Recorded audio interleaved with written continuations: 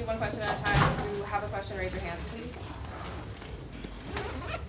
Amanda, you thanked Nakisa at the end of the fight for putting this show on. What does it feel like to be in front of a packed house in Dallas at this stage of your career, still undisputed, and getting the kind of appreciation from the crowd you got tonight?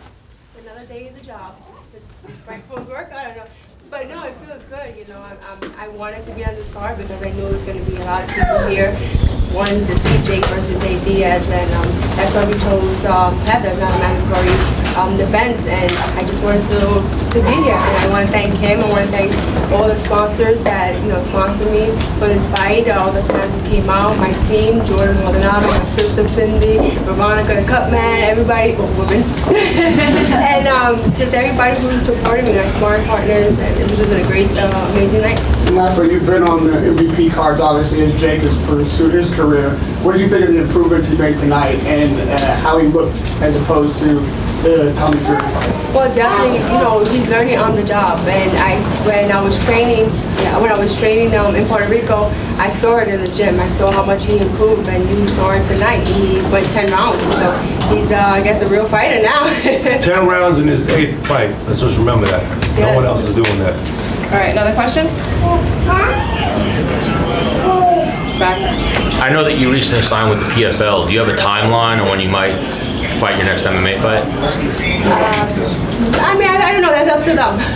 I just signed the contract because I'm really proud to be part of that PFL banner, and I'm excited to work with them, and that's their decision. The plan is for her to fight by the end of 2024. It could be in 2023, it could be early 2024, it could be mid, late. Just depends on finding the right opponent and the right opportunity with the PFL. Is Heather Hardy potentially someone that you might run it back with in MMA? I mean, who knows? She's just as tough as it comes, and she would probably want to shot there. That's kind of interesting because she has a little more experience than we do in MMA. She was under the Bellator banner. She has 4 MMA fights. And if she's going to be as tough as she was tonight in MMA, I have to think about that. Another question? Sure. Amanda, you've achieved so much in boxing, all them weight classes, world titles. Who do you want to fight? Is there any particular name that's left where you go, you know what, I still want that fight, I need to run it back with her? Or is it just about now, biggest occasion possible and trying to elevate women's boxing? Yeah, like you said, I've accomplished a lot. I really would love to be a match with Katie Taylor. But I'm just the fighter. I train, I fight, I win, I make my team proud. That's what I choose to do. So it's up to Jordan to see, and whatever the managers, whatever they want, I'm there for it. Look, our priority is to put on an event headlined by Amanda Serrano in Puerto Rico in 2024. So there's a date held, working on the plans of the opponent and the broadcast partner, but she deserves a proper homecoming and massive event where she's absolutely a superstar at this point. Another question?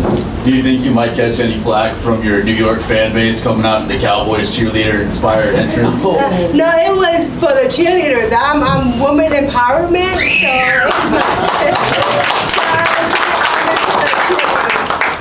so they do an amazing job too. Another question? Hey Amanda, congratulations. Jeff Zimmerman, FightNews.com. Was Heather tougher this time around because you were pinpoint accurate from the opening bell, and she just kept coming and coming, and you were trying to knock her out in the 10th round, but she lasted to the bell. Yeah, honestly, I think she was. She said she's with a new team now, so they had a little more confidence in her, and I guess it showed and it improved her, something in her. So she came out and she was a little more. And all things considered, we gave Heather 3 months. And we gave her an advancement. We gave her, I don't know if I'm supposed to say this, but we gave her 10 grand up front so that she can take time off, so she didn't have to go to work and train clients. You know what I'm saying? So she, there was no excuses. She had 3 entire months. She had enough money to not have to get up and go to work. So the last 3 months, all Heather did was dedicated herself to boxing. I believe the last time out, she held a job. You know what I'm saying? Finances weren't as much as they are now. We were able to give her a bigger payday, you know what I'm saying? my partners. You know, Nakisa's a real big advocate in taking care of all fighters, especially, you know, those that have been taken advantage of.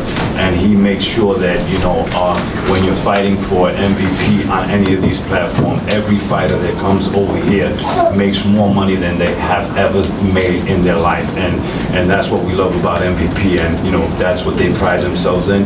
And that's why even if they throw us out, we ain't going nowhere. Donna, in the back. Nikita, I wanted to ask for you, how much, I mean, obviously this is a fight that's historic, you know, with two legends of women's boxing. What would you be able to put it on in the right circumstances, you know, financially, in front of a massive 20,000 somewhere crowd, and really provide this for women's boxing? Look, it's a testament to Amanda, first and foremost, right? We met her 2 years ago, but she fought on a card with Jake Paul in his debut, early February 2020. I think you were fight number 2, and you made $15,000 on that card, and Jake made 3.5 to 4 million on his debut. And we didn't know each other. Credit to Steven Espinoza when we did our deal with him, and we said we want to focus on women's boxing. He said, you got to look at Amanda Serrano. And Jake said, oh, I remember her. We took a picture together on my first fight. We still have that picture. And from there on, it was just pretty clear. This is the most dominant women's boxer in history. She's one of the best boxers in history. She's going to go down as a legend, no matter what, whether we're involved or not. So very proud to be sitting next to her. It's the biggest accomplishment of my life.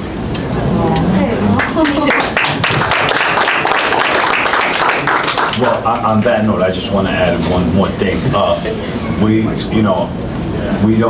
have a little more time left in boxing, who knows, 1.5, 2 years, but, you know, this is it. You know, we want to end our career with MVP, you know what I'm saying? So, you know, after this, there's nothing else for Amanda Serrano. This is where we lay our heads and sleep here. This is where we at. Thank you, brother. Thank you, guys.